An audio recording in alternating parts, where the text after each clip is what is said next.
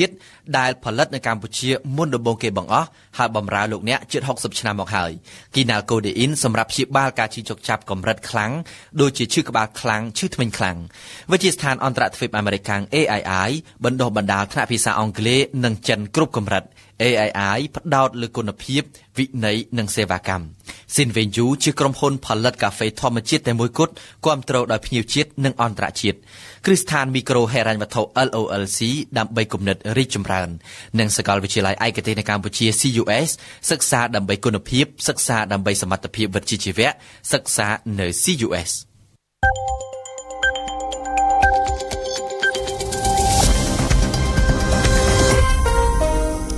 អរុនសស្ដីលោកស្រីនាងកញ្ញាសូមអរគុណលោកអ្នកដែលបានបើកស្ដាប់កម្មវិធីព័ត៌មានរបស់ Visu បារាំងត្រជាតិ RFI នៅពេលនេះម៉ោង 7 ព្រឹក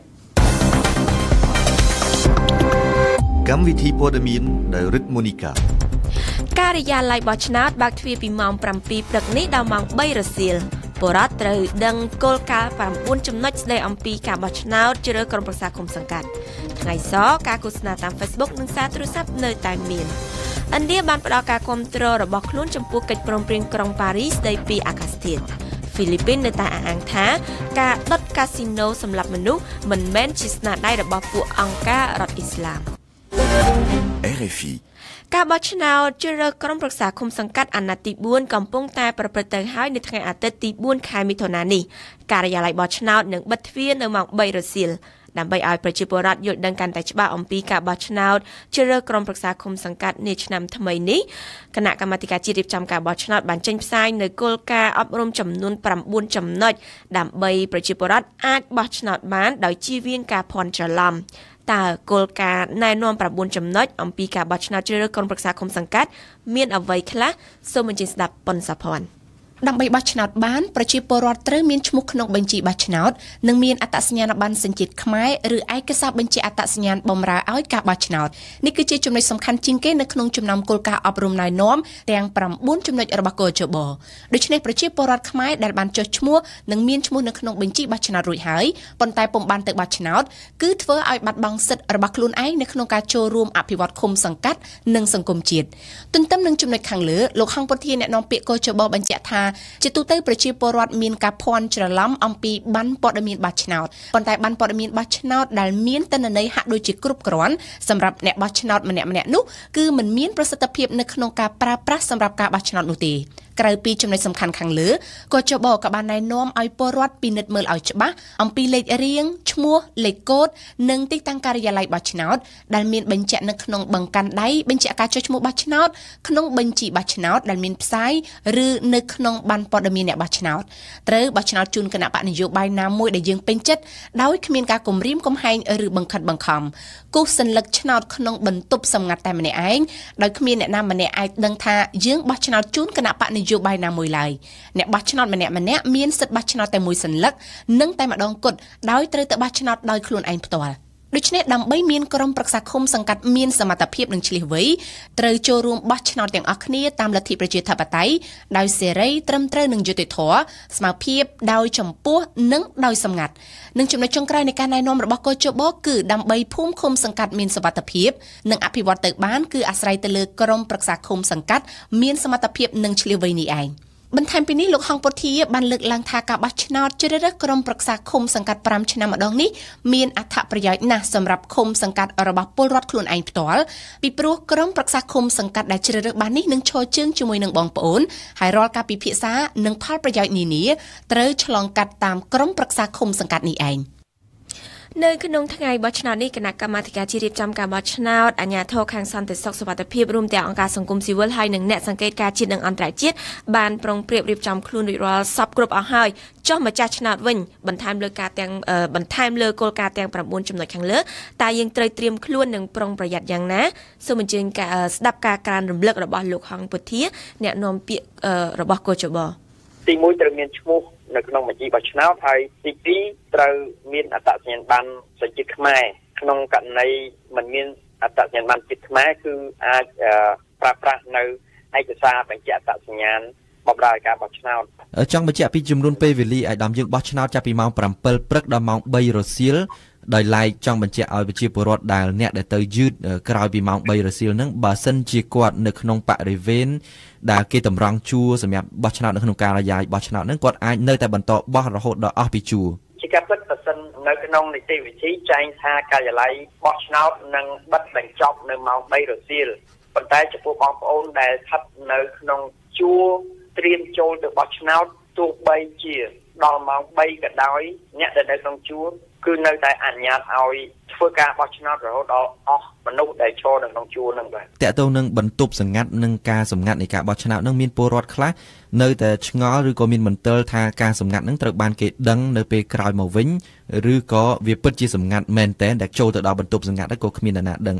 អាចជួយជំរាបបញ្ជាក់ពលរដ្ឋអ្នកម្ចាស់ឆ្នោតផងបាទភាពសម្ងាត់នៃការបោះឆ្នោតគឺស្ថិតនៅក្នុងបន្ទប់សម្ងាត់ហ្នឹងហើយអញ្ចឹងបន្ទប់សម្ងាត់គឺជាបន្ទប់មួយដែលអនុញ្ញាតឲ្យចូលតែម្នាក់សម្រាប់អ្នកបោះឆ្នោតម្នាក់អញ្ចឹងมันមានអ្នកណាដឹងថាពលរដ្ឋរូបនោះបោះឆ្នោតជូនគណៈបកនយោបាយណាមួយនោះទេហើយសូមកុំជឿថាមានកាមេរ៉ាថតចាប់យកអីគឺมันមានដាច់ខាតណាក្នុងនោះអ្នកសង្កេតការទាំងគណៈបកនយោបាយទាំងអង្គការមេរដ្ឋាភិបាលក៏នឹងតាមឃ្លាំមើលបញ្ហានេះដូច្នេះសូមបងប្អូនមានភាពនឹងណក្នុងអារម្មណ៍ថាបន្ទប់សម្ងាត់គឺមានភាពសម្ងាត់ត្រឹមត្រូវมันមានអ្នកណាដឹងតែរឿងដែលបងប្អូនត្រូវយកចិត្តទុកដាក់នោះគឺពេលបោះឆ្នោតជូនគណៈបកនយោបាយណាហើយក៏មិនបាច់ជម្រាបប្រាប់គេថាបោះឆ្នោតជូនអ្នកណានោះទេបាទសូមអរគុណហេអាដាមដែលបានរៀបចំប្រសាសន៍របស់លោកហងពុធាសូមជម្រាបជូនថានៅក្នុងការបោះឆ្នោតថ្ងៃអាទិត្យនេះរាជរដ្ឋាភិបាលកម្ពុជាដាក់ពង្រាយសមត្ថកិច្ចសរុបជាង 37,000 នាក់នៅគ្រប់ការិយាល័យបោះឆ្នោតទូទាំងប្រទេសហើយចំពោះអ្នកសង្កេតការណ៍ជាតិនិងអន្តរជាតិមានការចូលរួមសរុបជាង 75,000 នាក់រួមនឹងភ្នាក់ងាររបស់គណៈបកនយោបាយសរុបប្រមាណ 10,000 នាក់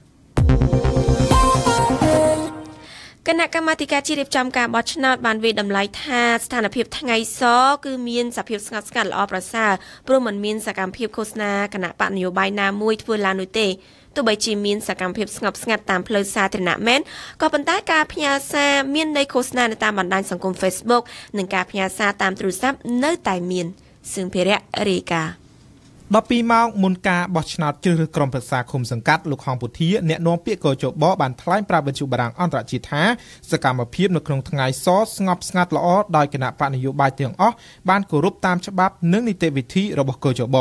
លោកបញ្ជាក់ថាមិនមានគណៈបកនយោបាយណាមួយធ្វើសកម្មភាពរកការគាំទ្រពីប្រជាពលរដ្ឋនោះទេលោកពីបកលប្រធានអង្គការដំឡាភិបប្រចាំប្រទេសកម្ពុជានិងជាស្ថាប័នដែលតាមដានការបោះឆ្នោតសង្កេតឃើញថាក្នុងថ្ងៃសនេះគ្មានសកម្មភាពឃោសនានៅតាមដងផ្លូវឬស្នាក់ការគណៈបករំលោភលើបំរាមរបស់កោជបទេប៉ុន្តែយ៉ាងណាក៏ដោយលោកក៏សម្គាល់ថាការឃោសនានយោបាយក្នុងថ្ងៃសនៅតែមានលើបណ្ដាញសង្គម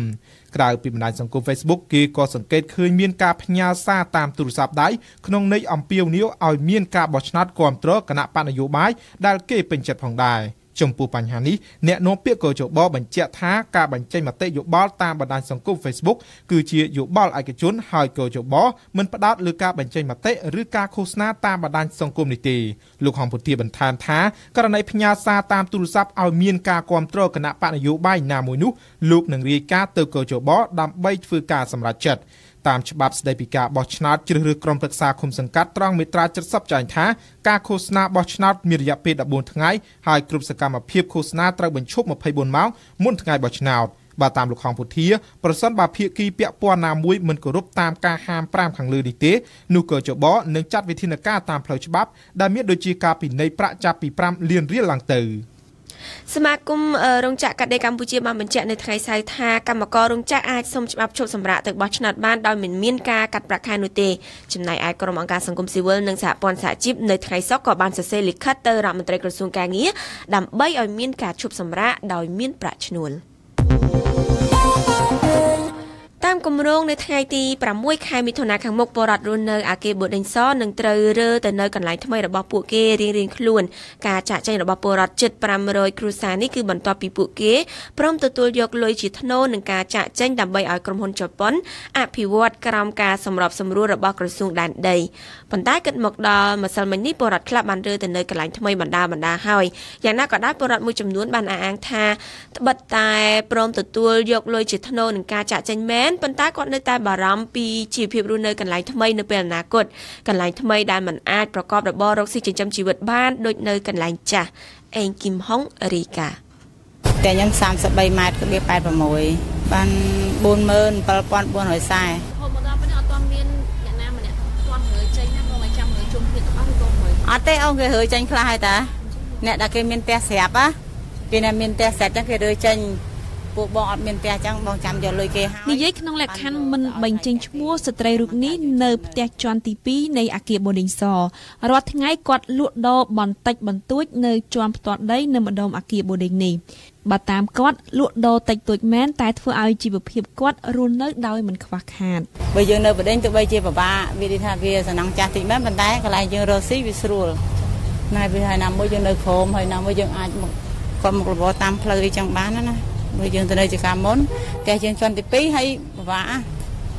វាមិនដឹងថារកស៊ីអីលុះត្រាតាយើងដាក់តែតដាក់លក់តាមខ្នល់តាមគ្រប់កន្លែងចឹងណាមានផ្ទះនៅជាន់ផ្ទាល់ដីតែទំហំតូចលុយស្ទើស្ត្រីម្នាក់ទៀតសុំលាក់ឈ្មោះអង្គុយលើកៅអីនៅមុខផ្ទះលក់តកោដុំលើកឡើងថាទំហំផ្ទះអមបាន 30000 ហ្នឹងតែទិញអានោះ 30000 ជាងនោះវាអស់ហើយលេងវាចូលដើមហើយវាអត់លុយរកស៊ីឥឡូវតេតប៉ុណ្ណឹងនឹងបានអីបានជាធំទៅក្នុងថ្ងៃច័ន្ទហើយតែនៅផ្ទះថ្មីហ្នឹងហើយអូឆ្ងាយឡៃពោយតុងព្រៃទាគេមាននេះទៅវាដែនដងហ្នឹងយើងអត់លុយមានតែយើងទៅដងបើនៅផ្ទះយើងនៅហ្នឹងយើងអាចនៅលក់អញ្ចឹងជាចិញ្ចឹមជីវិតបានតទៅមកហើយទៅហ្នឹងអត់មានអីលក់ទេគ្មានមនុស្សទេមានអ្នកទៅថ្មីដូចគ្នាហើយព្រលឹមឡើងគេចេញអស់ផ្ទះគេចាក់សោយប់ឡើងបានគេទៅដល់ហើយយើងរកអីយើងអ្នករងយើងរកសម្រាប់គ្រួសារគាត់ដែលមានកូនស្រី3នាក់ក្នុងបន្ទុកទំនងជាជួបផ្ទះនៅភ្នំពេញព្រោះផ្ទះថ្មីនៅឆ្ងាយនិងពិបាករកស៊ីយើងទៅហ្នឹងមកជួលផ្ទះគេនឹងនៅដដែលវាអត់ហ៊ាននៅហ្នឹងវាគ្មានមុខរបររកស៊ីយើងនៅហ្នឹងយើងជួលគេយើងរកស៊ីស្ត្រីវ័យចំណាស់ម្នាក់ទៀតដែលជាអ្នកលក់បាយសម្លហើយជាថ្ងៃ6ចេញច្រើនចាចេញទៅហ្នឹងហើយព្រោះអីនៅយូរអត់បានទេព្រោះលុយចាស់ផ្ទះគេយើងគ្រាន់តែកក់គេហ្នឹងហើយខ្ញុំប្រហែលបើវាអត់ទៀងណាខ្ញុំមើលគេជួនកាលបើផ្ទះគេហៅថ្ងៃ10ជាងទៅថ្ងៃ10ជាងដល់ថ្ងៃ20ថ្ងៃ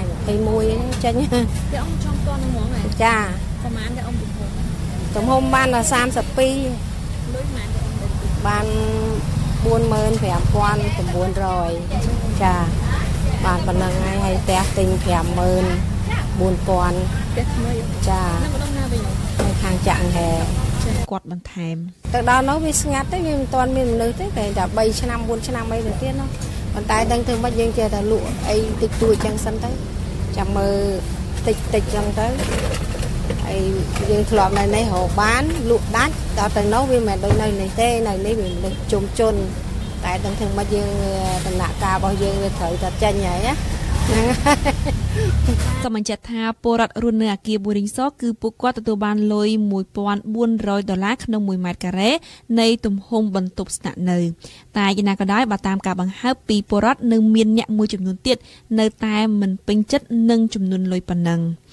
ហើយដែលឡែករដ្ឋមន្ត្រីក្រសួងដែនដីលោកជាសុផារ៉ាបានបង្ហាញពីគម្រោងជប់លៀងលាគ្នាជូនពលរដ្ឋរស់នៅអគារបូឌីងសនេះនៅថ្ងៃទី8ឧសភាពីមុនគាត់ថានំបញ្ចុកឥឡូវគាត់ថាឲ្យបាយវិញហើយពួកនំបញ្ចុកយើងវ៉ាហូមនេះអ្នករៀបអ្នកចំឲ្យអីចឹងណាដល់ពេលចឹងគាត់នឹកឃើញគាត់ថាឲ្យដាក់បាយជាមហូបតុកចឹងហ្មងទៅសូមបញ្ជាក់ទៀតថាគិតត្រឹមថ្ងៃសៅរ៍គឺនៅសល់តែពលរដ្ឋ20គ្រួសារទៀតទេដែលមិនទាន់មកចុះកិច្ចសន្យាលក់ជាមួយនឹងក្រសួងដែនដីនេះបើតាមការបញ្ជាក់របស់លោកសេងលូតអ្នកនាំពាក្យក្រសួងដែនដីជាប្រដាមព័ត៌មានអន្តរជាតិនៅហ្វីលីពីនបន្ទាប់ពីប្រធានប៉ូលីសជាតិនិងប៉ូលីសក្រុងម៉ានីលដល់ពេលប្រធានាធិបតីហ្វីលីពីនដែលចេញមុខបដិសេធព័ត៌មានដែលថាឧក្រិដ្ឋជនបានចូលដុតកាស៊ីណូសម្រាប់មនុស្ស36នាក់នៅក្រុងម៉ានីលដើម្បីបុព្វហេតុរបស់ក្រុមជីហាតអង្គការអ៊ីស្លាម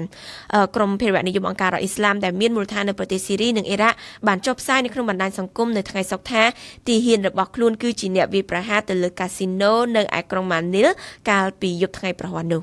យើងស្ដាប់ឈីងមុផា ប្រធានាធិបតីហ្វីលីពីនលោកឌុយតាក់តេនៅថ្ងៃសៅរ៍ម្សិលមិញបានបញ្ជាក់ជាថ្មីថាការដុតបំផ្លាញកាស៊ីណូដែលបានសម្លាប់មនុស្ស36នាក់មិនមែនជាស្នាដៃរបស់ក្រុមជីហាតអង្គការរដ្ឋឥស្លាមតាមលោកឌុយតាក់តេអ្វីដែលក្រុមជីហាតអង្គការរដ្ឋឥស្លាមធ្វើគឺសាហាវហើយនឹងឃោឃៅជាងនេះហើយក្រុមនេះបានសម្លាប់មនុស្សទទេ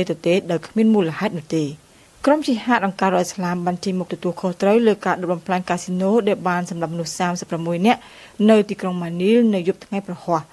តាមសេចក្តីថ្លែងការណ៍ចេញផ្សាយដោយអាម៉ាក់ទីភ្នាក់ងារឃោសនារបស់ក្រុមជីហាតអង្គការរដ្ឋឥស្លាម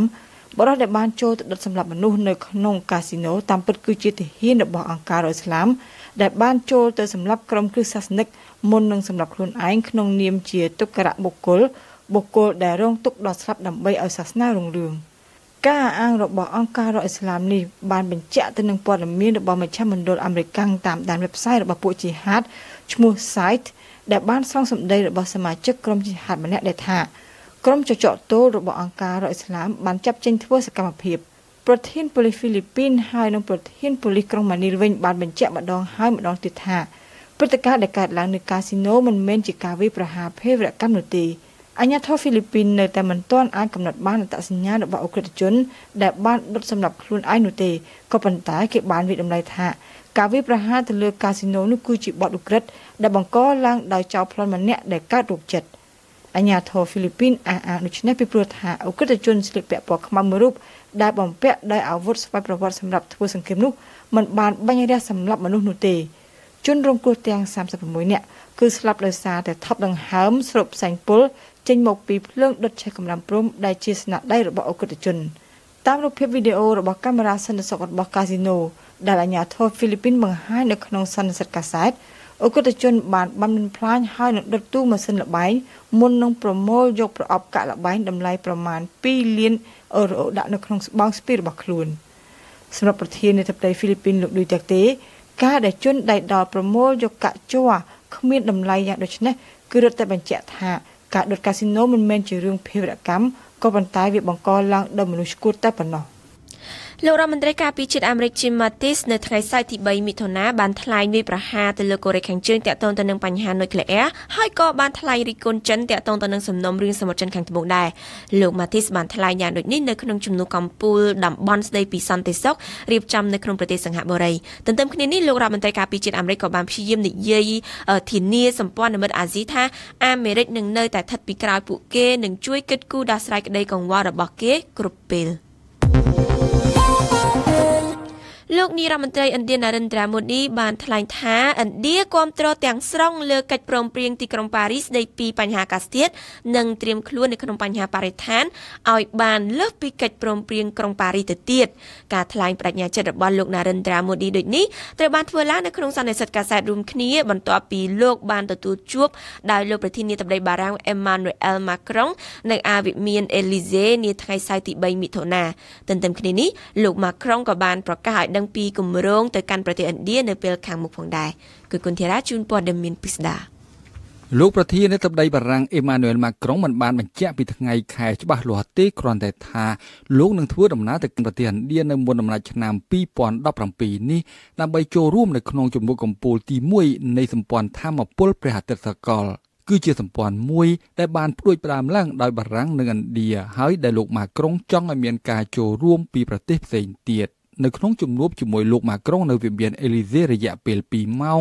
លោកនាយករដ្ឋមន្ត្រីឥណ្ឌា Narendra Modi បានប្រកាសគាំទ្រលើកិច្ចព្រមព្រៀងក្រុងប៉ារីសស្ដីពីអាកាសធាតុនិងសន្យាធ្វើការក្នុងវិស័យបរិស្ថានឲ្យលើសពីកិច្ចព្រមព្រៀងក្រុងប៉ារីសទៅទៀតជាចម្លើយតបវិញ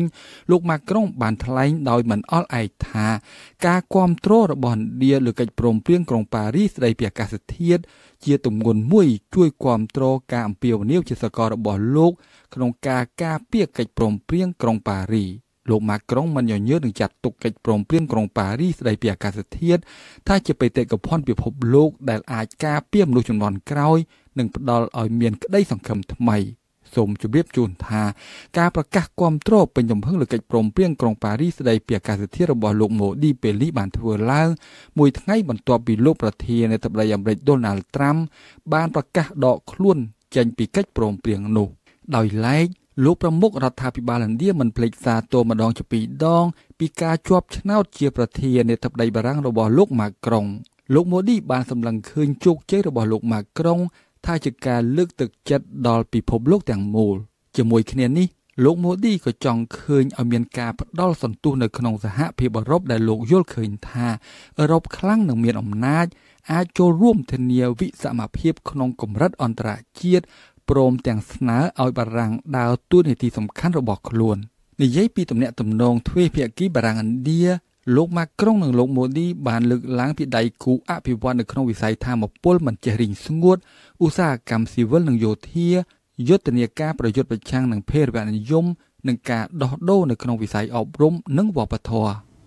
យើងបញ្ចប់ព័ត៌មានអន្តរជាតិនិយាយអំពីអវកាសបន្ទាប់ពីបានបំពេញបេសកកម្មជិត200ថ្ងៃនៅលើស្ថានីយ៍អវកាសអន្តរជាតិអវកាសយានិកជនជាតិបារាំងលោកតូម៉ាពេស្កេបានត្រឡប់មកដល់ផែនដីវិញហើយនៅឯរសៀលថ្ងៃសុក្រទី2មិថុនាចំណែកនៅព្រលឹមស្រាងៗថ្ងៃសៅរ៍ទី3មិថុនាលោកតូម៉ាបានធ្វើដំណើរទៅកាន់មជ្ឈមណ្ឌលអវកាសអឺរ៉ុបនៅកូឡូញនៅក្នុងប្រទេសអាល្លឺម៉ង់លោកតូម៉ាមានសុខភាពល្អក៏ប៉ុន្តែអស់កម្លាំងខ្លាំង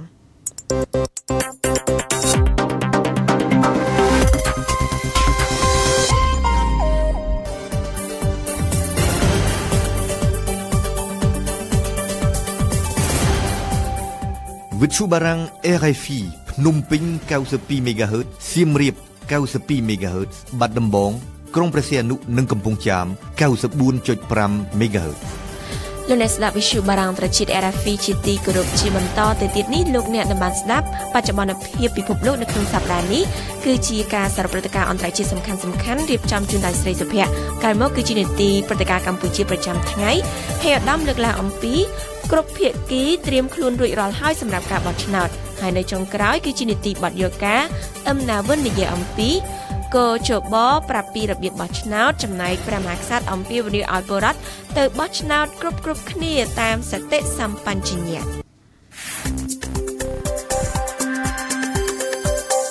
បច្ចុប្បន្នភាពពិភពលោកក្នុងសប្តាហ៍នេះ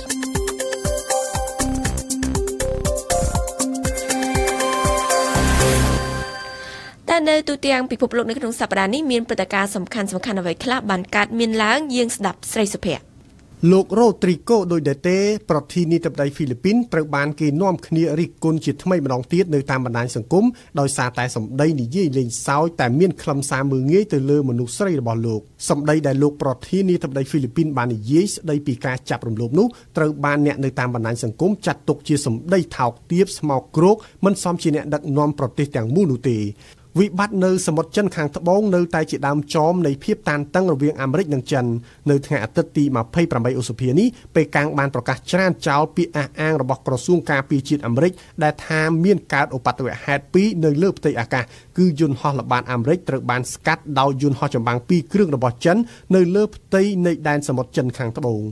នៅស្រីលង្កាឯណោះវិញកាលពីថ្ងៃអាទិត្យទី28ឧសភាក្រមសង្គ្រោះបន្ទាន់បានកំពុងប្រញាប់ប្រញាល់ចែកចាយជំនួយទៅឲ្យប្រជាពលរដ្ឋជាង50,000នាក់ដែលកំពុងរងគ្រោះដោយសារទឹកជំនន់ជាគ្រោះធម្មជាតិដែលអាក្រក់បំផុតមិនធ្លាប់មាននៅក្នុងប្រទេសនេះជាង1ទសវត្សរ៍មកហើយសូមជម្រាបថាគ្រោះទឹកជំនន់បានអូសបន្តបន្លាយតាំងពីថ្ងៃសុក្រសប្តាហ៍មុនហើយបានឆាបឆក់យកជីវិតមនុស្សជាង126នាក់និងរាប់រយនាក់ផ្សេងទៀតកំពុងបាត់ខ្លួនលោកនៅនាងកំពុងស្ដាប់ការសរុបព្រឹត្តិការណ៍អន្តរជាតិប្រចាំសប្តាហ៍ RFI អតីតនាយករដ្ឋមន្ត្រីប្រទេសក្រិកលោក Konstantinos Mitsotakis បានទទួលមរណភាពហើយនៅថ្ងៃច័ន្ទទី29ឧសភានៅក្នុងវ័យ97ឆ្នាំកើតនៅក្នុងឆ្នាំ1918លោក Mitsotakis បានលាឈប់ពីឆាកនយោបាយនៅក្នុងឆ្នាំ2004គឺជាការចុះចេញពីតំណែងសមាជិកសភាដែលយូរជាងគេបំផុតនៅប្រទេសក្រិកជាអ្នកនយោបាយអភិរក្សនិយមលោកបានក្លាយជានាយករដ្ឋមន្ត្រីចាប់ពីឆ្នាំ1990ដល់ឆ្នាំ1993បន្ទាប់ពីនោះលោកបម្រើការងារជាតំណាងរាស្ត្រដោយគ្មានការរំខានតាំងពីឆ្នាំ1946លើកលែងតែក្នុងរបបយោធាកាន់កាប់ប្រទេសក្រិកចន្លោះឆ្នាំ1967ដល់ឆ្នាំ1974កូរ៉េខាងជើងទើបតែបានបាញ់សាកល្បងគ្រាប់មីស៊ីលអន្តរទ្វីបជាថ្មីរបស់ខ្លួននៅថ្ងៃច័ន្ទទី29ឧសភាដែលបានធ្លាក់ទៅតំបន់សេដ្ឋកិច្ចរបស់ប្រទេសជប៉ុនទង្វើផ្កើនអន្តរជាតិពីសំណាក់ព្យុងយ៉ាងបានបង្កឲ្យមានព្រឹត្តិកម្មថ្កោលទោសនានាជាពិសេសពីជប៉ុនដែលទាមទារឲ្យអាមេរិកចាត់វិធានការជាក់ស្ដែង កាលពីថ្ងៃច័ន្ទទី29ឧសភាលោកម៉ាក្រុងប្រធានាធិបតីបារាំងបានជួបជាមួយលោកពូទីនប្រធានាធិបតីរុស្ស៊ីនៅព្រះរាជវាំងវ៉ាក់សាយដ៏ស្កឹមស្កៃក្បែរទីក្រុងប៉ារីថ្នាក់ដឹកនាំប្រទេសទាំងពីរបានឆ្លើយសំណួររបស់អ្នកសារព័ត៌មានបន្ទាប់ពីបានជួបនិយាយគ្នាតែពីរនាក់លើសំណុំរឿងជាច្រើនសន្និសីទកាសែតដែលតាមការអង្កេតជាទូទៅគេឃើញលោកពូទីនបានសម្ដែងអាកប្បកិរិយាទើសទាល់ក្នុងទឹកមុខយ៉ាងមាំខណៈដែលលោកម៉ាក្រុងបានបង្ហាញជំហរយ៉ាងម៉ឺងម៉ាត់ជុំវិញឆន្ទៈនៅក្នុងការដោះស្រាយវិបត្តិអន្តរជាតិជាមួយនឹងរុស្ស៊ីមុំពិសីរាយការណ៍ជូនព័ត៌មាននេះដែលជាការចាក់ផ្សាយឡើងវិញសម្រាប់ជំនួបលើកទី1ជាមួយនឹងលោក Vladimir Putin ប្រធានាធិបតីបារាំងបានជ្រើសយកប្រាសាទ Le Grand Trianon ដ៏ស្កឹមស្កៃដើម្បីទទួលលោក Putin ឲ្យសមនឹងកិត្តិយសតែយ៉ាងណាគេមិនអាចប្រើពាក្យថាជាជំនួបដ៏ល្អល្អើនបានទេព្រោះបើសង្កេតមើលអាកប្បកិរិយារបស់មេដឹកនាំទាំងពីរគឺវាមានលក្ខណៈឆ្ងាយគ្នានិងខ្លាចគ្នាទៅវិញទៅមកនៅឡើយក្នុងខណៈដែលលោក Emmanuel Macron ធ្វើសន្ទរកថាសង្ខេបប្រាប់ទៅអ្នកកាសែតស្ដីពីលទ្ធផលនៃការជជែកគ្នាគេសង្កេតឃើញលោក Putin មានអាកប្បកិរិយារសេះរសោះបែបធុញទ្រាន់ព្រមទាំងដកដង្ហើមធំម្ដងម្កាលក្នុងទឹកមុខយ៉ាងមាំចំណែកលោកប្រធានាធិបតីបារាំងវិញបានបង្ហាញកាយវិការស្វាហាប់និយាយពន្យល់យ៉ាងម៉ឺងម៉ាត់ច្បាស់ជុំវិញគោលជំហរលោកក្នុងការដោះស្រាយបញ្ហាជាមួយរុស្ស៊ីជាពិសេសតាក់ទងទៅនឹងសំណុំរឿងស៊ីរីនិងអ៊ុយក្រែនលោកពូទីនថែមទាំងកាន់តែបញ្ចេញអាការៈទើសទាល់ទៅទៀតនោះនៅពេលអ្នកកាសែតបានចោទសួរអំពីការដែលលោកបានទទួលជួបអ្នកស្រី Marine Le Pen នៅមូស្គូនិងបញ្ហាដែលចោទថារដ្ឋាភិបាលរុស្ស៊ីជាអ្នកនៅពីក្រោយការចូលលូកដៃកកកកាយកិច្ចការបោះឆ្នោតបារាំងរីឯលោកម៉ាក្រុងវិញបានឆ្លើយយ៉ាងច្បាស់ទៅកាន់អ្នកកាសែតរុស្ស៊ីម្នាក់ថាលោកចាត់ទុកបណ្ដាញព័ត៌មានរុស្ស៊ី2គឺ Sputnik និង Russia Today គឺជាបណ្ដាញព័ត៌មានដែលគ្មានវិជ្ជាជីវៈប្រឌិតបំភ្លៃព័ត៌មានដើម្បីបម្រើការឃោសនានយោបាយលោកពូទីនដែលនៅឈរក្បែរនោះបានរក្សាទឹកមុខយ៉ាងមាំមិនកម្រើកអ្វីទាំងអស់ភាពក្លាហានមិនចុះញោមនិងនិយាយដោយត្រង់របស់លោកម៉ាក្រុងបានធ្វើឲ្យលោកពូទីនមិននឹកស្មានដល់ឡើយលោកម៉ាក្រុងបានបញ្ជាក់ថាលោកបានលើកឡើងដោយត្រង់ពីបញ្ហាគោរពសិទ្ធិមនុស្សនៅរុស្ស៊ីព្រមទាំងការធ្វើទុកបុកម្នេញទៅលើក្រុមអ្នកស្រឡាញ់ភេទដូចគ្នានៅតំបន់ឆេឆេនីលោកពូទីនបានសន្យាថានឹងពិនិត្យមើលហើយផ្ដល់ដំណឹងមកឲ្យក្រុមការងារបារាំងឲ្យបានទៀងទាត់តែកតិនទៅនឹងសំណុំរឿងធំទី1សំណុំរឿងស៊ីរីប្រធានាធិបតីទាំងពីរបានសន្យានឹងគ្នាថាចាប់ដៃគ្នាធ្វើការដើម្បីបោសសម្អាតបណ្ដាញជីហាតភេរវកម្មប្រទេសទាំងពីរនឹងបង្កើតក្រុមការងារពិសេសមួយរួមគ្នាក្នុងន័យនេះបារាំងនិងរុស្ស៊ីយល់ស្របគ្នាថាមិនត្រូវឲ្យស៊ីរីបែកខ្ញែកទេហើយត្រូវមានរដ្ឋាភិបាលរួមគ្រប់គ្រងឲ្យរឹងមាំជាបង្អែកត្រង់នេះគឺគេចង់សម្ដៅទៅលើការបន្តរក្សារដ្ឋាភិបាលរបស់លោកបាសាអល់អាសាដតែលោកម៉ាក្រុងបានទាមទារលក្ខខណ្ឌពីរធំគឺទី1ហាមប្រើប្រាស់អាវុធគីមីបារាំងនឹងចេញមុខវាយប្រហារតបវិញបើសិនជាកងទ័ពណាហ៊ានប្រើអាវុធគីមីទៅលើប្រជាជនស៊ីរីឯលក្ខខណ្ឌទី2គឺបារាំងបានទាមទារឲ្យមានការបើកផ្លូវនិងធានាសន្តិសុខដល់ក្រុមការងារនៃអង្គការមនុស្សធម៌នៅស៊ីរីចំណែកសំណុំរឿងអ៊ុយក្រែនវិញបារាំងនិងរុស្ស៊ីបានសន្យារក្សាភាគី4ក្នុងការដោះស្រាយដើម្បីឈានទៅអនុវត្តកិច្ចព្រមព្រៀងទីក្រុងមីនស្កឲ្យបានទាំងស្រុងលោកពូទីនក៏បានឆ្លៀតបន្ថែមទៀតថាទណ្ឌកម្មសេដ្ឋកិច្ចដែលបារាំងនិងសហគមន៍អន្តរជាតិបានដាក់លើរុស្ស៊ីនោះគឺវាមិនបានជួយអ្វីដល់អ៊ុយក្រែនទេផ្ទុយទៅវិញគឺវាបង្កការលំបាកដល់សេដ្ឋកិច្ចរបស់យើងទាំងអស់គ្នាលោកនៅនាងកំពុងស្ដាប់ការសរុបព្រឹត្តិការណ៍អន្តរជាតិប្រចាំសប្ដាហ៍ RFIនៅថ្ងៃអង្គារទី30ឧសភាលោកនាយករដ្ឋមន្ត្រីឥណ្ឌា Narendra Modi បានផ្ដើមទស្សនកិច្ចមួយជុំទ្វីបអឺរ៉ុបលោក Modi បានទៅដល់ទឹកដីអាល្លឺម៉ង់កាលពីយប់ថ្ងៃច័ន្ទទី29ឧសភានិងបានទទួលជួបសមាភាគីអាល្លឺម៉ង់លោកស្រី Angela Merkel នៅថ្ងៃអង្គារទី30ឧសភាគោលដៅនៃដំណើរទស្សនកិច្ចគឺដើម្បីពង្រឹងកិច្ចសហប្រតិបត្តិការជាមួយប្រទេសអាល្លឺម៉ង់និងអឺរ៉ុបដោយឡែកលោកប្រធានាធិបតីអាមេរិក Donald Trump និងលោកស្រីនាយករដ្ឋមន្ត្រីអាល្លឺម៉ង់បានដំឡើងសម្លេងដាក់គ្នាមួយកម្រិតកាលពីថ្ងៃអង្គារទី30ឧសភាអ្នកដែលបានចាប់ផ្ដើមបន្ថែមសាំងប្រឆាំងលោកស្រី Merkel មុនគេគឺលោក Donald Trump ភាពតានតឹងរវាងប្រទេសមហាអំណាចទាំងពីរអាមេរិកនិងអាល្លឺម៉ង់ត្រូវបានគេមើលឃើញថាបានកើនឡើងមួយកម្រិតយ៉ាងខ្ពស់ដែលមិនធ្លាប់មានទេក្នុងរយៈពេលចុងក្រោយនេះ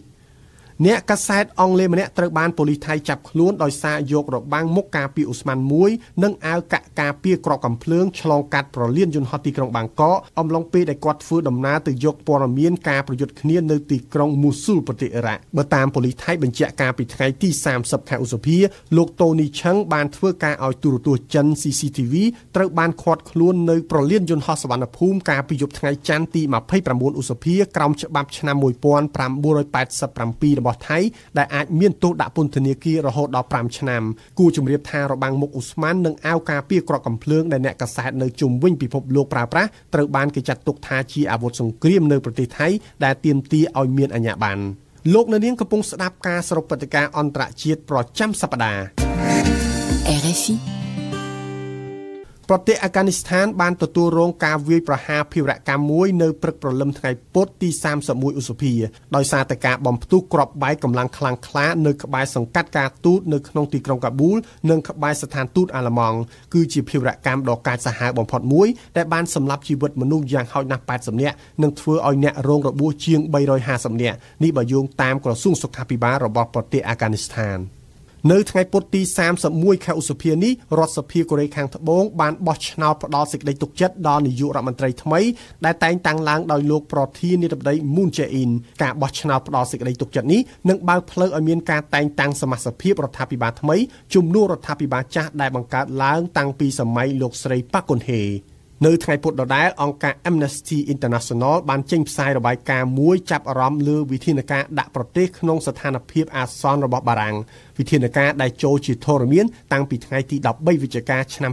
2015ពោលតាំងពីក្រោយភេរវកម្មនៅទីក្រុងប៉ារីកម្មវត្ថុរបស់រដ្ឋាភិបាលបារាំងគឺដើម្បីប្រឈមទប់នឹងគ្រប់ការគំរាមកំហែងភេរវនិយមតែលោក Marco Berolini អ្នកស្រាវជ្រាវរបស់ Amnesty International យល់ឃើញថាមានវិធានការអាសន្នមួយចំនួនមិនត្រូវបានរដ្ឋាភិបាលបារាំងអនុវត្តឲ្យចំគោលដៅនោះទេលោកនាយករដ្ឋមន្ត្រីវៀតណាមបានអញ្ជើញទៅដល់សេតវិមានសហរដ្ឋអាមេរិកជួបជាមួយលោកដូណាល់ត្រាំកាលពីថ្ងៃពុធទី31ឧសភាកម្មវត្ថុនៃដំណើរទៅដល់ដ៏ស្ងាត់នេះគឺដើម្បីចុះហត្ថលេខាលើកិច្ចព្រមព្រៀងពាណិជ្ជកម្មរវាងវៀតណាមនិងសហរដ្ឋអាមេរិកដែលមានទឹកប្រាក់ប្រមាណជាង$8,000 លានសហរដ្ឋអាមេរិកនៅក្នុងនោះក្រុមហ៊ុនអាកាសចរឯកជន Vietjet របស់វៀតណាមបានចុះហត្ថលេខាទិញម៉ាស៊ីនយន្តហោះក្នុងតម្លៃ$3,580 លានយើងស្ដាប់មុំពិសីដែលជាការចាក់ផ្សាយឡើងវិញលោកងៀនស្វាន់ភុកនាយករដ្ឋមន្ត្រីវៀតណាមបានទៅដល់សេតវិមានជួបនឹងលោកដូណាល់ត្រាំក្នុងគោលបំណងរឹតចំណងសហប្រតិបត្តិការពាណិជ្ជកម្មជាមួយសហរដ្ឋអាមេរិកកិច្ចសន្យាពាណិជ្ជកម្មជាច្រើនដែលគិតជាទឹកប្រាក់ប្រមាណជា$8,000 លានត្រូវបានចុះហត្ថលេខានាពេលនោះលោកនាយករដ្ឋមន្ត្រីវៀតណាមត្រូវបានអមដំណើរដោយអ្នកជំនួញវៀតណាមជាច្រើនអ្នកក្នុងនោះមានលោកស្រីងឿនធីហ្វឿងថាវដែលជាស្ត្រីមហាសេដ្ឋីតែម្នាក់គត់នៅវៀតណាមនិងជាថៅកែក្រុមហ៊ុនអាកាសចរឯកជនវៀតណាមឈ្មោះ Vietjet ក្នុងឱកាសនោះដែរក្រុមហ៊ុន Vietjet បានចុះហត្ថលេខាទិញម៉ាស៊ីន reactor យន្តហោះពីក្រុមហ៊ុន General Electric ចំនួន215គ្រឿងដែលគិតជាទឹកប្រាក់ប្រមាណជា$3,580 លាននៅមានកិច្ចសន្យា$1,000 លានដាច់ដោយឡែកមួយទៀតជាមួយនឹងក្រុមហ៊ុន General Electric Capital Aviation Service សូមបញ្ជាក់ថាក្រុមហ៊ុនVietjet របស់វៀតណាមត្រូវបានបង្កើតឡើងកាលពីឆ្នាំ2011ដែលបានដណ្ដើមយកទីផ្សារជើងហោះហើរក្នុងស្រុកវៀតណាមចំនួន 25% ប្រជែងជាមួយនឹងក្រុមហ៊ុនរដ្ឋគឺក្រុមហ៊ុន Vietnam Airlines កាលពីឆ្នាំ2016ក្រុមហ៊ុនអាកាសចរឯកជន Vietjet នេះបានចុះហត្ថលេខាទិញយន្តហោះ Boeing 737 Max ចំនួន100គ្រឿងគួរកត់សម្គាល់ដែរថាវៀតណាមបានតម្រង់ទិសលើសេដ្ឋកិច្ចទីផ្សារសេរីផ្ដល់អាទិភាពដល់ការនាំចេញហើយបានស្គាល់កំណើនសេដ្ឋកិច្ចជាមធ្យមលើសពី 5% ក្នុងរយៈពេល5ឆ្នាំចុងក្រោយនេះជាមួយនឹងប្រជាជនជិត100លាននាក់វៀតណាមគឺជាទីផ្សារដ៏ធំនៅអាស៊ីអាគ្នេយ៍វៀតណាមបានសង្ឃឹមយ៉ាងមុតមាំថានឹងស្រូបយកផលប្រយោជន៍សេដ្ឋកិច្ចដែលកើតចេញពីកិច្ចព្រមព្រៀងពាណិជ្ជកម្មសេរីអន្តរប៉ាស៊ីហ្វិកក៏ប៉ុន្តែអ្វីៗបានប្រែប្រួលនៅពេលដែលលោកដូណាល់ត្រាំបានសម្រេចដកខ្លួនអាមេរិកចេញពីកិច្ចព្រមព្រៀងនេះតែយ៉ាងណាក៏ដោយរដ្ឋាភិបាលវៀតណាមមិនបានបង្អង់ដៃឬកាត់បន្ថយទំនាក់ទំនងពាណិជ្ជកម្មជាមួយនឹងសហរដ្ឋអាមេរិកទេយ៉ាងណាមិញលោកនាយរដ្ឋមន្ត្រីវៀតណាមគឺជាមេដឹកនាំប្រទេសអាស៊ីអាគ្នេយ៍ដំបូងគេបង្អស់ដែលបានអញ្ជើញទៅជួបលោកដូណាល់ត្រាំដល់សេតវិមានចំណែកលោកដូណាល់ត្រាំវិញមានគម្រោងទៅវៀតណាមនៅខែវិច្ឆិកាខាងមុខក្នុងឱកាសវេទិកាកម្ពុជាសហប្រតិបត្តិការសេដ្ឋកិច្ចអាស៊ីប៉ាស៊ីហ្វិកលោកនាងកំពុងស្ដាប់ការសរុបព្រឹត្តិការណ៍អន្តរជាតិប្រចាំសប្តាហ៍ប្រធានាធិបតីសហរដ្ឋអាមេរិកលោកដូណាល់ត្រាំកាលពីថ្ងៃប្រហ័សទី1មិថុនាបានប្រកាសដកខ្លួនអាមេរិកចេញពីកិច្ចព្រមព្រៀងអាកាសធាតុនៅទីក្រុងប៉ារីការដកខ្លួនលើកនេះត្រូវបានលោកត្រាំពន្យល់ថាធ្វើឡើងដើម្បីការពារផលប្រយោជន៍របស់អាមេរិក បើតាមលោកត្រាំកិច្ចព្រមព្រៀងក្រុងប៉ារីសផ្ដោតតិចតួចណាស់លើបញ្ហាអាកាសធាតុផ្ទុយទៅវិញវាបានផ្ដល់ឱកាសឲ្យប្រទេសដទៃដូចជាចិននិងឥណ្ឌាទាញយកផលចំណេញលើវិស័យឧស្សាហកម្មនិងបំផ្លាញការងាររបស់ប្រជាពលរដ្ឋអាមេរិកលោកថាមិនអាចគ្រប់គ្រងកិច្ចព្រមព្រៀងដែលដាក់ទណ្ឌកម្មលើអាមេរិកបានដូច្នេះឡើយគូកត់សម្គាល់ថាបន្ទាប់ពីការដកខ្លួនរបស់អាមេរិកបណ្ដាប្រទេសធំលើពិភពលោកបានសម្ដែងការខកចិត្តប៉ុន្តែបញ្ញាថានឹងបន្តអនុវត្តកិច្ចព្រមព្រៀងនេះបើទោះបីជាអវត្តមានអាមេរិកក៏ដោយ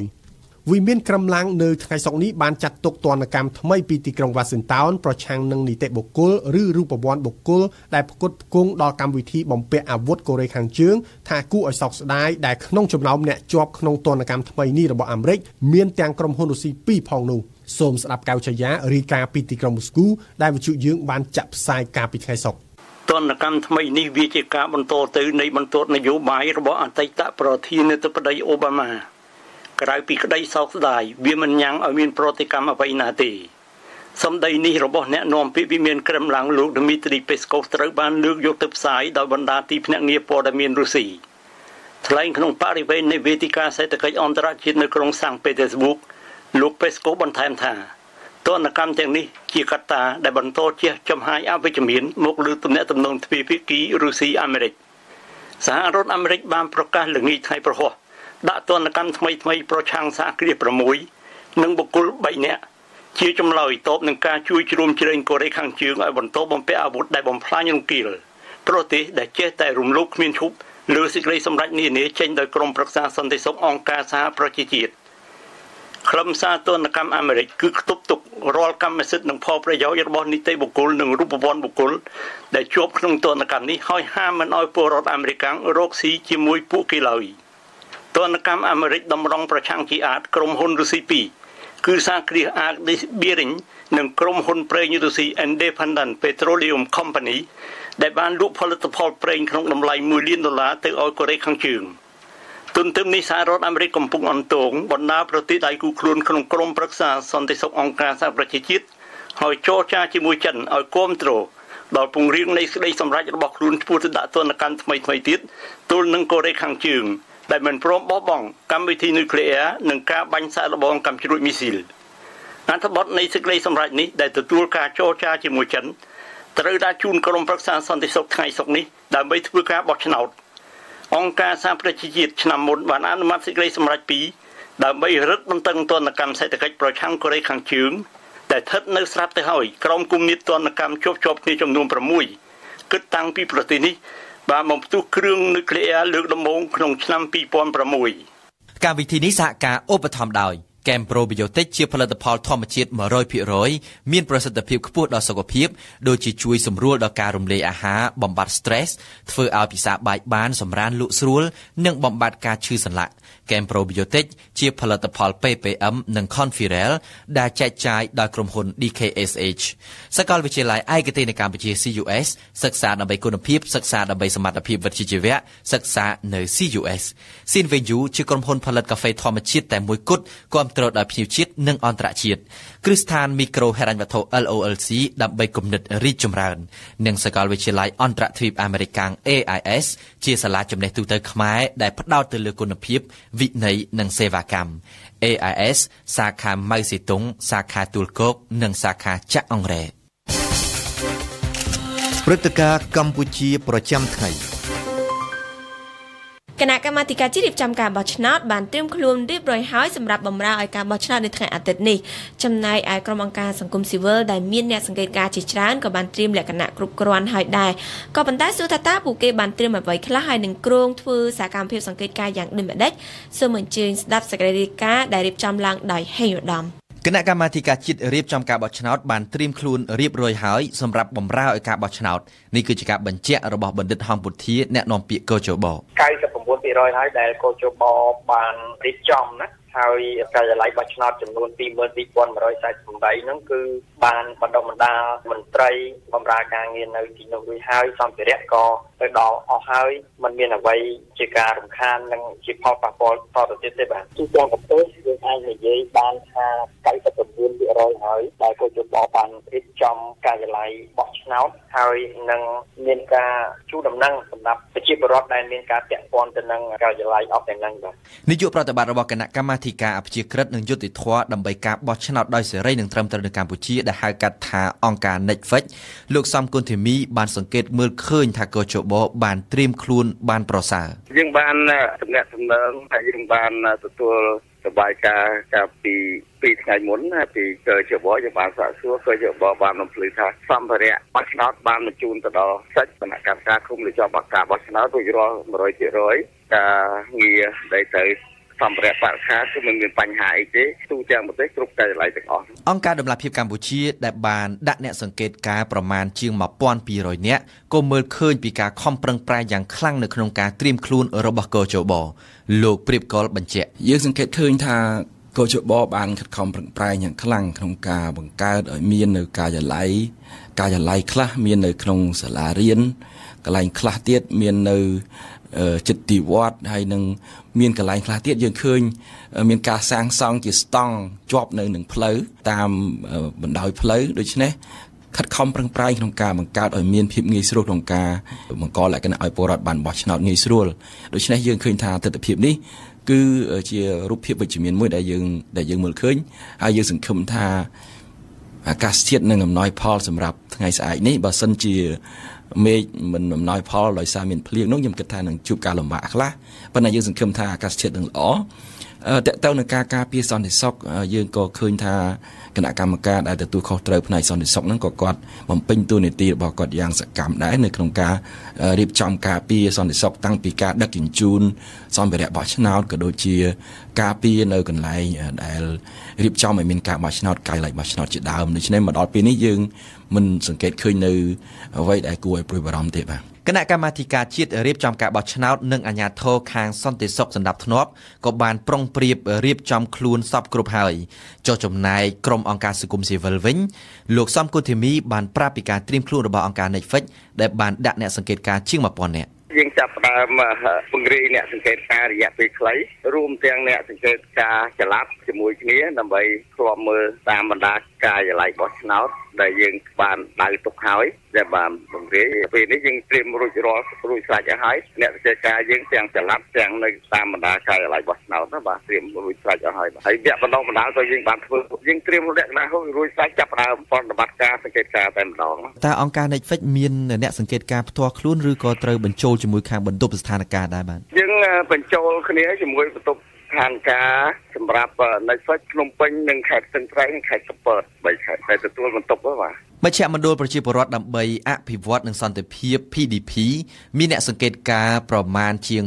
220នាក់លោកយ៉ងគឹមអេងដែលជានាយកបានប្រាប់ពីអ្វីដែលសមាជិកអ្នកសង្កេតការរបស់ខ្លួនត្រូវអនុវត្តលោកយ៉ងគឹមអេងមកដល់ពេលនេះគឺយើង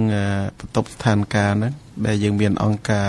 ជិត40ហ្នឹងគឺកំពុងតែធ្វើការយ៉ាងមមាញឹកហើយបច្ចុប្បន្ននេះគឺអ្វីដែលថាពាក្យថារួចរាល់យើងត្រៀមលក្ខណៈហ្នឹងគឺយើងត្រៀមអីខ្លះបាទគឺចំនួនអ្នកសង្កេតការនៅក្នុងការិយាល័យក៏ដូចជានៅក្នុងមណ្ឌលបោះឆ្នោតនៅក្នុងនោះគឺបន្ទប់ស្ថានភាពមកដល់ពេលនេះគឺយើងមានអ្នកសង្កេតការជាតិរបស់យើងណាដែលយើងជ្រើសរើសពីអង្គការសង្គមស៊ីវិលទាំងអស់ហ្នឹងគឺយើងមានចំនួន14400 នាក់បាទដែលធានាថាយើងដាក់បានគ្រប់ទីតាំងឬយើងថាគ្រប់មណ្ឌលបោះឆ្នោតទាំងអស់បាទលោកយ៉ងគឹមអេងលោកអាចជួយបញ្ជាក់បន្តិចតើក្រុមអ្នកសង្កេតការរបស់លោកអង្គការ PDP ហ្នឹងហើយក្រុមអ្នកសង្កេតការរបស់បន្ទប់ស្ថានភាពទាំងអស់ហ្នឹងតើពួកគេនឹងត្រូវសង្កេតទៅលើចំណុចណាខ្លះបាទចំណុចទី1ដែលយើងនឹងសង្កេតមើលនោះគឺពាក្យពន្ធនឹងការគម្រាមកំហែងការរារាំងហើយនឹងអសន្តិសុខនៅក្នុងនោះយើងមើលពាក្យពន្ធដូចជាថាតើមានការរារាំងអ្នកបោះឆ្នោតទេឬក៏មានការគម្រាមកំហែងការសម្លុតអីអ្នកបោះឆ្នោតទេអាហ្នឹងគឺយើងនឹងមើលនៅថ្ងៃបោះឆ្នោតនោះណាបាទមានអាជ្ញាធ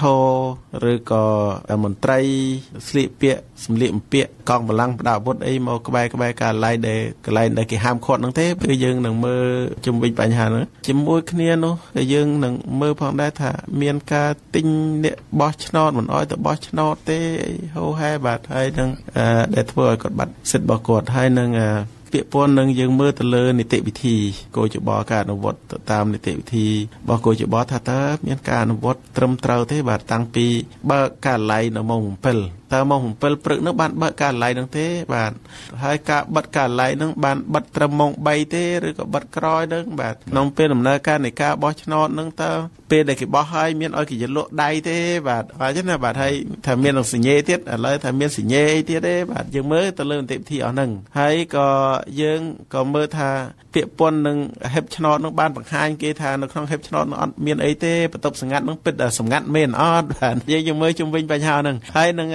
ក្នុងអំឡុងពេលដំណើរការនៃការបោះឆ្នោតនេះយើងនឹងមើលដែរថាភាពបរកដីកើតឡើងមានការប្តឹងផ្ដាល់អត់ប្តឹងហ្នឹងគឺខាងមន្ត្រីហ្នឹងបានឲ្យគេប្តឹងទេមានតម្រងបែបបត់ដើម្បី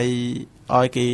អាចប្តឹងផ្ដាល់បានទេបាទរឿងទី4របស់យើងគឺពាក្យពន្ធនឹងសិទ្ធិអ្នកបោះឆ្នោតដោយថាមានអ្នកបាត់ឈ្មោះទេបាទឬក៏មានការរារាំងមិនអោយគាត់បានបោះឆ្នោតអីជាដើមយើងនឹងមើលផងដែរពាក្យពន្ធនឹងដំណើរការនៃការរាប់ស្លឹកឆ្នោតហ្នឹងថាតើការរាប់ស្លឹកឆ្នោតហ្នឹងគឺដំណើរការទៅ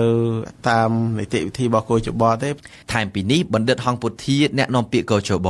ក៏បានបញ្ជាក់ពីសារៈសំខាន់នៃការចូលរួមរបស់អ្នកសង្កេតការណ៍មកពីគ្រប់បណ្ដាភាគីរួមទាំងក្រុមសង្គមស៊ីវិលនិងអ្នកកាសែតលោកបណ្ឌិតហងពុធាមុននឹងការបោះឆ្នោតចាប់ដំណើរការវត្តមានរបស់ភ្នាក់ងារគណៈបកនយោបាយនិងអ្នកសង្កេតការណ៍ជាតិឬក៏អន្តរជាតិនឹងពិតជាមានសារៈសំខាន់ក្នុងការចូលរួមជាមួយនឹងមន្ត្រី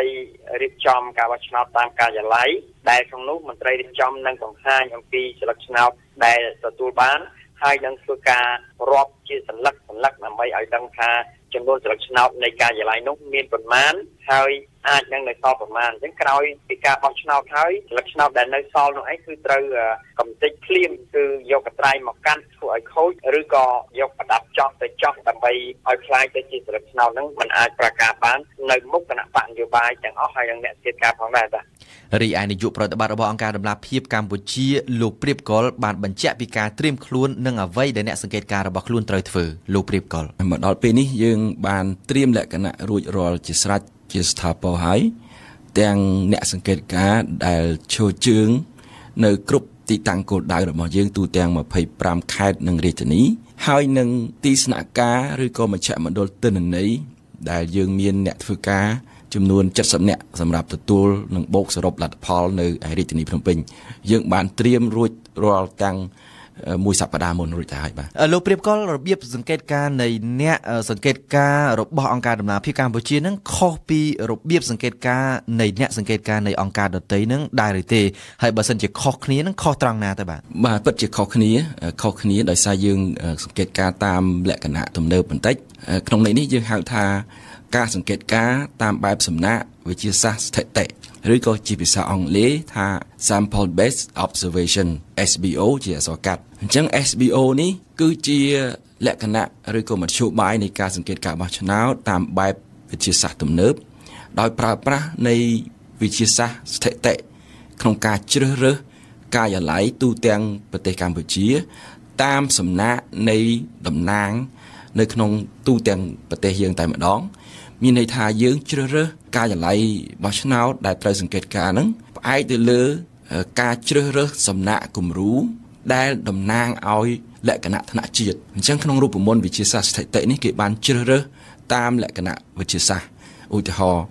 នៅពេលដែលយើងជ្រើសរើសហ្នឹងគឺយើងកំណត់មើលចំនួនការិយាល័យបោះឆ្នោត 22,148 ការិយាល័យហ្នឹងហើយនៅក្នុងរូបមន្តវិទ្យាសាស្ត្រយើងបានសិក្សាមើលថាតើត្រូវការជ្រើសរើសការិយាល័យចំនួនប្រមាណដើម្បីតំណាងឲ្យ 22,148 ហ្នឹងតាមរូបមន្តស្ថិតិវិទ្យាសាស្ត្រយើងបានកំណត់ឃើញចំនួន411ការិយាល័យគឺនៅទូទាំង25ខេត្តនិងរាជធានីហើយការជ្រើសហ្នឹងគឺយើងត្រូវពិចារណាទៅលើចំនួនការិយាល័យបោះឆ្នោតនៅតាមខេត្តនីមួយៗចំនួនប្រជាពលរដ្ឋដែលបានចុះឈ្មោះនៅតាមមណ្ឌលបោះឆ្នោតហើយគិតទាំងអ្នកដែលនៅទីប្រជុំជន urban និងអ្នកដែលនៅជនបទ rural យើងយកមកគិតបញ្ចូលគ្នាហើយបានយើងប្រើរូបមន្តវិទ្យាសាស្ត្រដើម្បីចាប់យកការិយាល័យមួយៗហ្នឹងតាមលក្ខណៈវិទ្យាសាស្ត្រនៅពេលដែលយើងចាប់ចំការិយាល័យមួយណាដាច់ខាតយើងត្រូវតែដាក់អ្នកសង្កេតការណ៍នៅទីនោះបើទោះបីជាកន្លែងនោះត្រូវការ ចំណាយមធ្យោបាយលំបាកឬក៏មានលក្ខណៈស្មុគស្មាញយ៉ាងម៉េចក៏ដោយឧទាហរណ៍ខ្ញុំលើកឧទាហរណ៍ទេណាបើសិនជាយើងចាប់ទៅចំនៅលើកោះក៏យើងដាច់ខាតត្រូវតែបញ្ជូនអ្នកសង្កេតការទៅដែរទៅដោយជិះទូកក្តីទៅដោយឧទ្ធម្ភាគចក្រកតុំរុយក៏ទៅតែបញ្ជូនក៏ទៅដែរទៅលើភ្នំទៅក្នុងទីតាំងណាក៏យើងត្រូវតែបញ្ជូនក៏ទៅដែរអត់អាចមានការផ្លាស់ប្ដូរទេនេះគឺជាលក្ខណៈវិទ្យាសាស្ត្រដែលយើងត្រូវតែធ្វើគោរពទៅតាមរូបមន្តវិទ្យាសាស្ត្រហ្នឹងហើយចុះបើអញ្ចឹងតើអង្គការដំណាភៀបនឹងប្រមូលទិន្នន័យឬក៏ប្រមូលការសង្កេតមកវិញហ្នឹងយ៉ាងម៉េចទៅបាទដើម្បីឲ្យវាទាន់ពេលវេលានោះយើងប្រមូលទិន្នន័យមកវិញគឺតាមបែបទំនើបគឺពួកគាត់ក្រោយពេលដែលសង្កេតការចប់គាត់នឹងបញ្ជូនព័ត៌មានមកយើងព្រមគ្នាតែម្ដងអ្នកសង្កេតការយើង1000អ្នកជាងហ្នឹងគឺគាត់ត្រូវបញ្ជូនទិន្នន័យព្រមគ្នាមកចូលទៅក្នុងមជ្ឈមណ្ឌលទិន្នន័យរបស់យើងក្នុងរយៈពេលមួយរំពេចហ្នឹងគឺវានឹងបូកសរុបវិភាគនៅពេលភ្លាមតែម្ដងដើម្បីយើងយកមកធ្វើការប្រើប្រាស់និងផ្ដល់ព័ត៌មានជូនសាធារណជនក៏ដូចជាស្ថាប័នពាក់ព័ន្ធអញ្ចឹងវាទំនើបបែបហ្នឹងហើយយើងធ្វើបែបនេះគឺត្រូវការប្រើប្រាស់ធនធានមនុស្សប្រើប្រាស់ធនធានថវិកាច្រើនគួរសមហើយមានលក្ខណៈមួយគេហៅថាតឹងរឹងនៅក្នុងការអនុវត្តវាតិចមែនក៏ប៉ុន្តែបើយើងនិយាយពីភាពស្មុគស្មាញគឺស្មុគស្មាញច្រើនបាទជាទូទៅនៅថ្ងៃបោះឆ្នោតនេះគេសង្កេតឃើញថាគ្រប់ភាគីទាំងអស់បានត្រៀមខ្លួនរួចហើយទាំងគណៈបកដែលចូលរួមទាំង12បកដែលបានដាក់បេក្ខជនអ្នកសង្កេតការមកពីអង្គការសង្គមស៊ីវិលនិងអង្គការនានាដែលមានចំនួនជាង 74000 នាក់ព្រមទាំងអ្នកកាសែតជាតិនិងអន្តរជាតិដែលមានដល់ទៅជិត800នាក់ដែលកំពុងតែតាមដានសកម្មភាពថ្ងៃបោះឆ្នោតនេះបទយូហ្គាការបោះឆ្នោតជ្រើសរើសក្រុមប្រឹក្សាឃុំសង្កាត់អាណត្តិទី4កំពុងតែប្រព្រឹត្តទៅហើយជាការបោះឆ្នោតដែលរៀបចំឡើងដោយគណៈកម្មាធិការជាតិរៀបចំការបោះឆ្នោតហៅកាត់ថាកោជប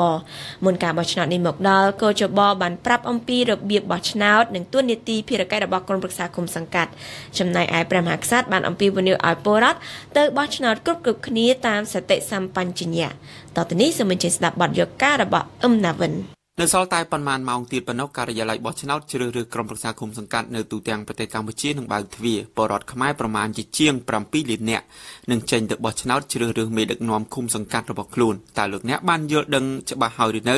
ពីទូនីតិភារកិច្ចរបស់ក្រុមប្រឹក្សាឃុំសង្កាត់នោះនៅពេលនេះខ្ញុំសូមលើកយកមកផ្សាយពីសារអប់រំដែលរៀបចំឡើងដោយគណៈកម្មាធិការជាតិរៀបចំការបោះឆ្នោតស្ដីពីទូនីតិនិងកាតព្វកិច្ចរបស់ក្រុមប្រឹក្សាឃុំសង្កាត់ជូនលោកអ្នកស្ដាប់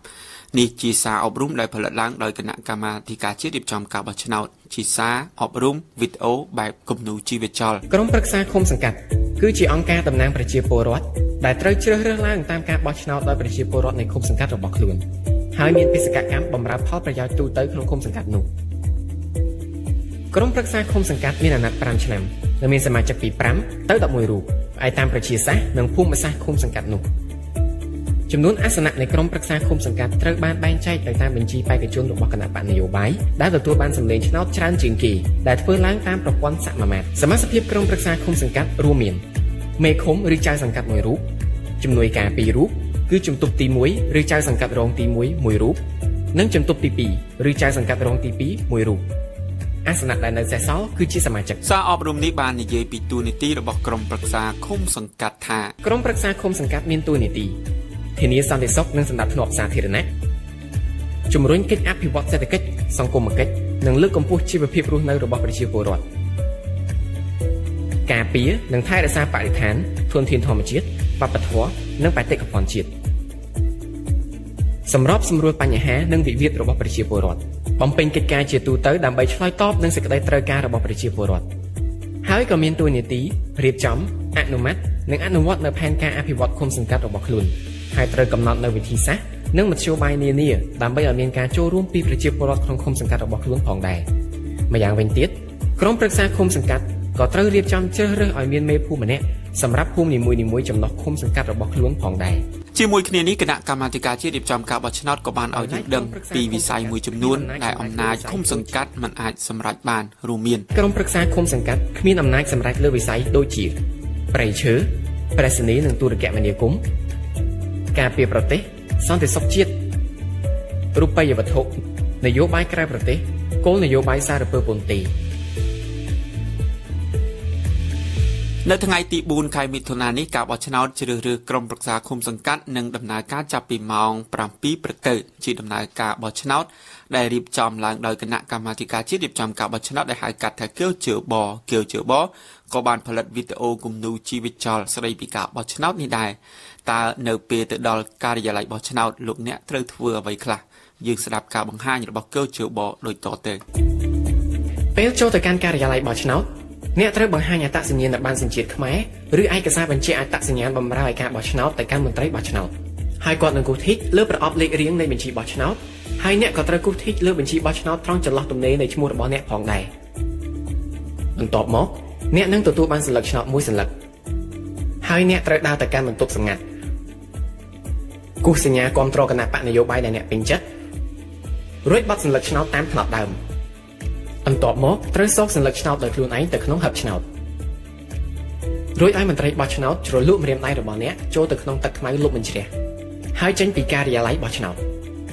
វត្ថុដែលហាមមិនឲ្យយកចូលក្នុងការិយាល័យបោះឆ្នោតរួមមានទូរស័ព្ទម៉ាស៊ីនថតកាំភ្លើងកាំបិទនិងជាផ្ទុះផ្សេងៗដើម្បីរៀបចំការបោះឆ្នោតបានមានអ្នកពាក់ព័ន្ធច្រើននៅក្នុងដំណើរការបោះឆ្នោតនៅក្នុងការិយាល័យមួយរួមមានមន្ត្រីរៀបចំការបោះឆ្នោតអ្នកឃ្លាំមើលការបោះឆ្នោតភ្នាក់ងារគណៈបកនយោបាយព្រមទាំងមន្ត្រីការពារសន្តិសុខជាដើមតើអ្នកពាក់ព័ន្ធទាំងនោះមានភារកិច្ចនិងទូនីតិអ្វីខ្លះសូមស្ដាប់ការរៀបរាប់របស់គណៈកម្មាធិការជាតិរៀបចំការបោះឆ្នោតជាសារអប់រំឲ្យយើងបានដឹងនោះថាភ្នាក់ងារនៃគណៈបកនយោបាយគឺជាតំណាងដែលចាត់តាំងដោយគណៈបកនយោបាយនិងត្រូវបានអនុញ្ញាតដោយកជបហើយពួកគេមានតួនាទីសង្កេតដំណើរការបោះឆ្នោតនិងរាប់សន្លឹកឆ្នោតអ្នកសង្កេតការបោះឆ្នោតដែលទទួលស្គាល់និងអនុញ្ញាតដោយកជបមានសិទ្ធិសង្កេតការក្នុងការិយាល័យបោះឆ្នោតពេញមួយថ្ងៃភ្នាក់ងារសន្តិសុខបោះឆ្នោតមានភារកិច្ចធានាចំពោះបេក្ខជនគ្រប់រូបនិងគណៈបកនយោបាយពាក់ព័ន្ធទាំងអស់នៅសិទ្ធិស្មើៗគ្នាក្នុងការទទួលបានការការពារសន្តិសុខនិងសុវត្ថិភាពក្នុងសម័យកាលបោះឆ្នោត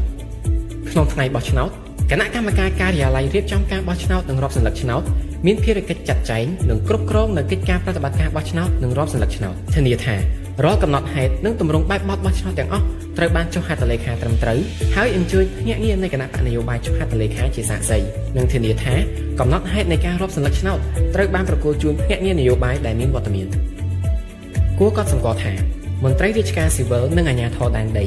រួមមានមេភូមិកងយុទ្ធពលខេមរៈភូមិន្ទនគរបាលជាតិភ្នាក់ងារសន្តិសុខបោះឆ្នោតមន្ត្រីបោះឆ្នោតនិងអ្នកសង្កេតការបោះឆ្នោតមិនត្រូវបានអនុញ្ញាតឲ្យចូលរួមឃោសនាឲ្យគណៈបកនយោបាយឬបេក្ខជននៃគណៈបកនយោបាយណាមួយក្នុងពេលបំពេញកាតព្វកិច្ចឡើយត្រូវប្រកាន់ជំហរអព្យាក្រឹតនិងមិនលំអៀងនិងមិនបង្ហាញការគាំទ្រឬប្រឆាំងចំពោះគណៈបកនយោបាយណាមួយឬបេក្ខជនណាមួយឡើយភាគីពាក់ព័ន្ធទាំងអស់ត្រូវគោរពតាមក្រមសីលធម៌ដែលបានចែងដោយកជបដោយដែលយើងបានដឹងហើយថានៅមុនការបោះឆ្នោតនេះព្រះមហាក្សត្រកម្ពុជាគឺសម្ដេចព្រះបាទព្រះបរមនាថនរោត្តមសីហមុនីព្រះអង្គបានផ្ញើសារមួយជូនជនរួមជាតិរបស់ព្រះអង្គព្រះមហាក្សត្រព្រះអង្គបានលើកទឹកចិត្តនិងជំរុញឲ្យពលរដ្ឋទៅបោះឆ្នោតឲ្យបានគ្រប់គ្នាបោះឆ្នោតដោយសេរីតាមសតិសម្បជញ្ញៈរបស់ខ្លួនព្រះរាជសាររបស់ព្រះមហាក្សត្រនោះត្រូវបានអង្គការឃ្លាំមើលការបោះឆ្នោតមួយឈ្មោះថា Confrel យកមកអាននិងបានផ្សព្វផ្សាយឲ្យពលរដ្ឋអ្នកបោះឆ្នោតបានដឹងព្រះរាជសារនោះមានខ្លឹមសារដូចតទៅព្រះរាជសារព្រះករុណាព្រះបាទសម្ដេចព្រះបរមនាថនរោត្តមសីហមុនីព្រះមហាក្សត្រនៃព្រះរាជាណាចក្រកម្ពុជាផ្ញើជូនជនរួមជាតិបងប្អូនកូនក្មួយជាទីគោរពស្នេហាដ៏ជ្រាលជ្រៅបំផុតការបោះឆ្នោតជ្រើសរើសក្រុមប្រឹក្សាឃុំសង្កាត់អាណត្តិទី4នឹងប្រព្រឹត្តទៅនៅថ្ងៃទី4ខែមិថុនាឆ្នាំ2017ខាងមុខនេះក្នុងឱកាសនេះខ្ញុំសូមអំពាវនាវជាឧឡារិកជូនជនរួមជាតិបងប្អូនកូនក្មួយអ្នកបោះឆ្នោតទាំងអស់សូមមេត្តាអញ្ជើញទៅបោះឆ្នោតឲ្យបានគ្រប់គ្នាការបោះឆ្នោតនៅថ្ងៃទី4ខែមិថុនាឆ្នាំ2017គឺជាការបោះឆ្នោតជាទូទៅជាសកលដោយសម្ងាត់តាមលទ្ធិប្រជាធិបតេយ្យសេរីពហុបកដូចនេះសូមកុំឲ្យមានការព្រួយបារម្ភពីការគៀបសង្កត់ការគំរាមកំហែងឬសម្លុតពីជនណាម្នាក់ឬបកណាមួយឲ្យសោះខ្ញុំសូមបងប្អូនកូនក្មួយមេត្តាប្រើសិទ្ធិសេរីភាពរបស់ខ្លួនបោះឆ្នោតទៅតាមសតិសម្បញ្ញៈរបស់ខ្លួនម្នាក់ដែលមានទំនុកចិត្តទៅលើបេក្ខជនណាម្នាក់គណៈបកនយោបាយណាមួយ សូមបងប្អូនកូនក្មួយជនរួមជាតិទាំងអស់ប្រកបនៅព្រះពុទ្ធពរទាំង4ប្រការគឺអាយុវណ្ណៈសុខៈពលៈព្រមទាំងមេត្តាទទួលនៅសេចក្តីគោរពស្នេហាដ៏ជ្រាលជ្រៅជាទីបំផុតអំពីខ្ញុំនរោត្តមសីហមុនីធ្វើនៅព្រះបរមរាជវាំងថ្ងៃទី20ខែកុម្ភៈឆ្នាំ2017ផលិតដោយ Confrel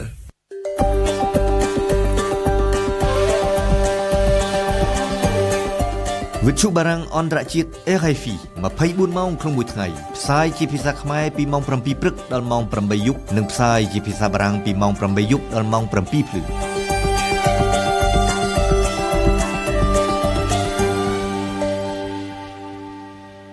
លោកអ្នកស្ដាប់ជាទីគោរពយើងខ្ញុំសូមថ្លែងអំណរគុណចំពោះភក្ដីភាពរបស់អស់លោកអ្នកដែលតែងតែបើកស្ដាប់កម្មវិធីព័ត៌មានរបស់វិទ្យុបារាំងត្រជាតិ RFI កម្មវិធីព័ត៌មានរយៈពេលពេញ1ម៉ោងនៅពេលព្រឹកនេះបានឈានមកដល់ទីបញ្ចប់នៅម៉ោង 8:30 នាទីខាងមុខនេះលោកអ្នកបានស្ដាប់កម្មវិធីព័ត៌មានខ្លីដែលផ្សាយជូនរៀងរាល់1ម៉ោងម្ដងសូមអរគុណរ៉ូសាដែលបានបញ្ជាផ្នែកបច្ចេកទេសនៅពេលនេះនាងខ្ញុំរិទ្ធមូនីកានិងសហការីវិទ្យុបារាំងសូមអរគុណនិងសូមជម្រាបលា